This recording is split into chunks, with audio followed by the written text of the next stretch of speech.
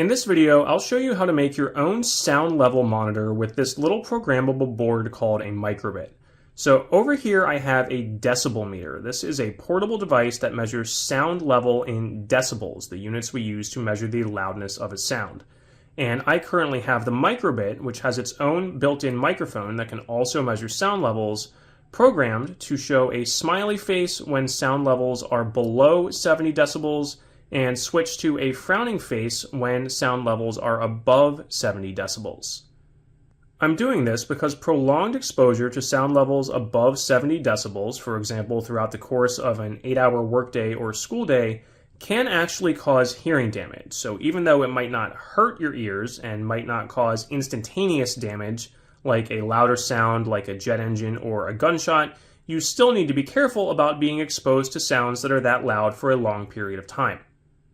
Most of us don't carry a decibel meter around with us all day, so the nice thing about a microbit is that in addition to being small and portable, it is programmable and it can keep track of the sound levels you have been exposed to throughout the day. So it can send or display an alert somehow, for example, something very simple, just like the smiley face or frowning face here. It can scroll a message across the screen, it can play sounds through its own built-in speaker, or even send a wireless message to another microbit to sound an alert that you have been exposed to unsafe sound levels for too long, and you should consider wearing hearing protection or moving away from the source of the sound to give your ears a break. So again, in this video, I'm going to show you how to program a microbit to act as your own custom sound level monitor. If this is your first time using a microbit and you need to know how to set it up and program it, check out the link to our microbit tutorial series in the description of this video. So, start a new program in MakeCode. Again, see our Getting Started tutorial if you don't know how to do this.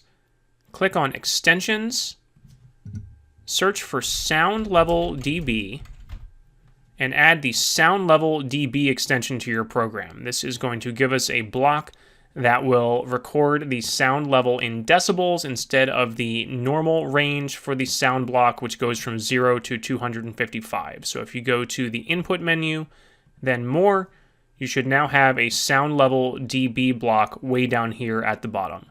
And the very first thing we're going to do is program our microbit just to work as a basic decibel meter that displays the sound level on its built-in grid of LEDs. So you can drag out a show number block from the basic menu, snap that inside your forever loop, and then snap the sound level dB block inside the show number block. And all that's going to do is continuously scroll the current sound level in decibels across the microbit's grid of LEDs. It doesn't really have enough pixels or LEDs to show the number all at once, so it has to scroll like this. And you can test this in the simulator, which gives you this bar you can drag up and down. Note that it is still showing the 0 to 255 range for the default sound level block, but again, we are using the sound level dB block, which it looks like only goes up to 100. Go ahead and download this very simple program to your physical microbit, and you're ready to test it out. This program lets you use your microbit as a portable decibel meter without having to spend money on a separate meter like this one. There are two slight disadvantages though. One is that clearly it takes some time for the number to scroll across the screen, so it's not going to change as quickly as the display on a meter like this, and you will probably miss very quick, loud sounds like clapping or slamming a door. The other thing to note is that the microphone is on the back of the microbit board. It does not have an omnidirectional microphone like this handheld meter does, so your reading might depend on the orientation of the microphone relative to the sound source. However, you can still use your microbit to measure the loudness of different sounds. You can do it simply by talking. For example, try being quiet, whispering, talking at a normal volume, talking loudly, and yelling, or you can carry it around and test it with different sound sources. Just remember that if you're going to use something that you know is loud, like a blender or a lawnmower, then you should wear hearing protection just in case. Now let's make a new program that reacts to different sound levels. Add the sound level in decibels extension again if you haven't already. Then we're going to go to the logic menu and add an if-else statement to our forever loop. Go back to the logic menu, grab a comparison block and snap it inside the condition for the if-else statement. If you need to learn how if-else statements work, remember that you can check out our tutorial series linked in the description. Now, I'm going to go to Input, More, drag out my sound level block, and snap it inside one of the numbers for this comparison.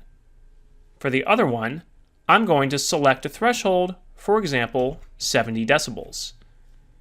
Now, I can choose the two different actions I want the program to take if the sound level is less than 70 decibels, or else if the sound level is greater than or equal to 70 decibels. I'm going to use the Show Icon block from the Basic menu to show a smiley face if the sound level is below 70 decibels, and a frowning face if it's greater than that, but remember that you don't have to do exactly what I do in this video, and you could program different actions. Once you've decided on your actions, download this program to your physical microbit to test it. Now we have what we saw at the beginning of the video, where the microbit shows a smiley face when sound levels are below 70 decibels and switches to a frowning face when sound levels go above 70 decibels. Note that the readings on the microbit don't always match the readings on my decibel meter, again because of the microphone configuration. This decibel meter has an omnidirectional microphone, so it is picking up my voice better, whereas when I hold the microbit with the LEDs facing me, the microphone is mounted on the back, so it's not going to pick up my voice as well. Now, this program only reacts to instantaneous sound levels, and we mentioned at the beginning of the video that it is cumulative exposure throughout the day to sound levels above 70 decibels that could cause hearing damage. So instead of just switching between two different outputs depending on the current sound levels, we would like to keep track of the total amount of time we've been exposed to a certain sound level. Let's start a new program to do that. So create a new program and add the sound level decibel extension again. In this program, we're going to use some variables. Variables let us store a number in our program. So click on Variables, click Make a Variable, and I'm going to call my first variable seconds. This is going to be the number of seconds that sound levels have been above a certain threshold. Note that you do not have to use the exact same variable name that I do. Your program will still work just fine, so pick a variable name that makes sense to you. While I'm here, I'm going to create two more variables. I am going to call one sound_threshold. Note that you usually should not have spaces in your variable name, so I'm going to use that underscore there. This is going to be the sound threshold above which I want to start counting seconds. And I'm going to make a third variable called time threshold. And this is going to be the number of seconds above which, once that has been exceeded, I want to sound the alarm. And again, well, in real life for actual hearing damage, this might be something like 70 decibels for the sound threshold and 8 hours, which you would need to multiply by minutes and seconds to convert to seconds for the time threshold. For the purposes of just testing your program, you can set lower thresholds here to make sure everything works. Now, we're going to set values for our variables, but we only need to do that once at the beginning of the program for these variables. So we're going to use something we haven't really used much yet, and that's the onStart block. So I'm going to go to my variables menu and drag out a set variable name to block. And for each one of these, you can use the drop-down menu to select the variable you want and then type the number you want in this box over here. So I want my seconds, which is a variable that's going to count the number of seconds, to start out at 0, because that's going to start out at 0 each time the program runs. And then I can duplicate this block, and I can set my sound threshold value to a number that I want. Again, I'm going to choose 70 because we already saw earlier in the video that my voice was going above that and activating the threshold. And for my seconds or time threshold, again, for monitoring for actual hearing damage, you would need this to be much longer, but I'm going to set it to something pretty quick, like just 10 seconds, so I can quickly test my program and make sure this is working. I am also going to have the microbit start out. Again, you could choose a different output here, but I'm going to have it show a smiley face at the beginning of the program to indicate that I have not yet exceeded my cumulative sound threshold. Now we're going to set values for our variables, and we only need to do this once at the beginning of the program here. So I'm going to go to the variables menu, drag out a set variable name block, and snap it inside the on start block. And for these blocks, you can use the drop-down menu to select the variable you want, and then type the number you want into this text box here. So I'm going to set my seconds variable to 0 at the beginning of the program because I'm going to start counting time at 0 seconds. Then I'm going to duplicate the block, change my sound threshold variable, and again, to make this just a little easier to test to make sure everything's working, I'm going to pick a threshold of 60 to make it a little easier to activate that threshold with my voice. And then for the time threshold, again, if you were monitoring for actual hearing damage, this would be thousands of seconds if you were measuring time in hours, but I'm going to choose something pretty quick, like 10 seconds, so I can test it more quickly. I am also going to go to my basic menu and add another show icon block and have the program start out showing a smiley face when I haven't exceeded my sound threshold for too long of a time yet. Now, here's the trickier part of this program. We're not going to use the forever loop, so you can actually drag that over to the trash. We're going to go to loops and use an every loop. This lets you run code at certain time intervals. So I'm going to click on the drop-down menu there and choose 1 second, which is 1,000 milliseconds. MS stands for millisecond, or 1,000th of a second. So I'm going to add an if statement, not an if-else statement, just a plain if statement from the logic menu. Put that inside my every loop here. And the first thing I want to do is check if my current sound level has exceeded the sound threshold that I've set. So I'm going to add a comparison block. I'm going to switch this to a greater than sign, although you don't need to. It would just reverse the order that you put the two numbers in here. I'm going to go to Input, More, Sound Level in dB, and I want to check if the current sound level in decibels is greater than the threshold variable that I've set. So I can go here to Variables and drag out my sound threshold block. And if the sound level has exceeded the sound threshold, then I want to increase my count of seconds by 1 because I'm doing this every second. So I'm assuming that the sound levels have been sort of constant and it wasn't just a really quick spike in between the 1 second readings that I would have missed. Again, this is going to work better for more continuous sounds like talking or a fan running or a lawnmower or something, as opposed to really quick sounds like a clap.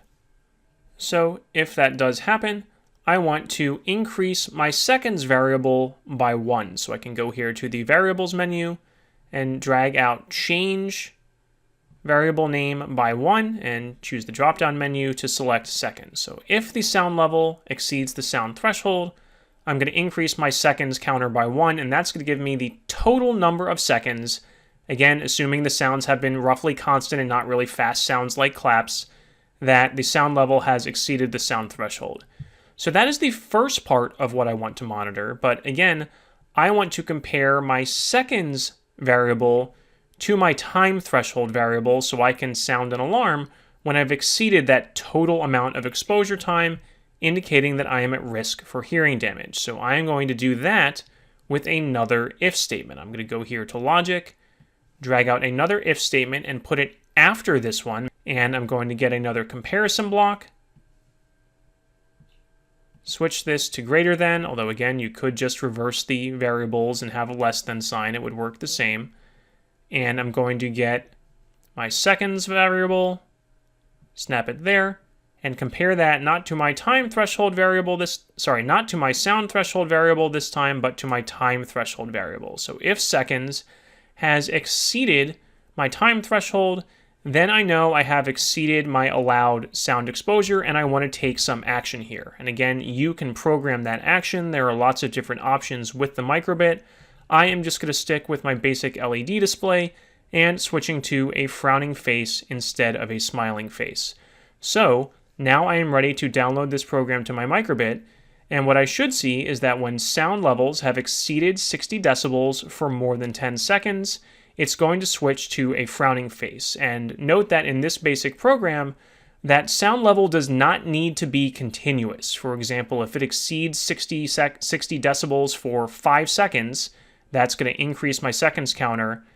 Sound levels can then go back below 60 decibels for any amount of time, but the seconds variable is still going to stay at 5. And then when sound levels go back up again, seconds will keep increasing. So it is not resetting. That is something you could modify the program to do, either manually by something like pressing a button, or automatically if sound levels have gone low enough for a certain amount of time. You could reset the seconds variable to 0, but that's not what I'm doing here. Now, remembering that I've set a much lower threshold to make this easier to test without sitting here all day, a microbit starts out with a smiley face, but when sounds have exceeded 60 decibels for more than 10 seconds, it switches to a frowny face. There are many more things you can do with this project. For example, I've already mentioned the other ways you could program outputs with the microbit, such as displaying messages on the screen, playing a sound, or sending a radio message to another microbit. And we cover all the different ways you can do that in our microbit tutorial series linked in the description. You could also consider adding inputs or a way for the user to interact with the device, like pressing the buttons to reset it after the sound threshold has been exceeded. If you're doing this for a science or engineering project, make sure you do your own custom variation or addition to the code and don't just copy our example code. Also, make sure you subscribe to our channel where we have hundreds of other videos on projects in all areas of science and engineering, not just microbit projects, or check out the projects on our website, www.sciencebuddies.org.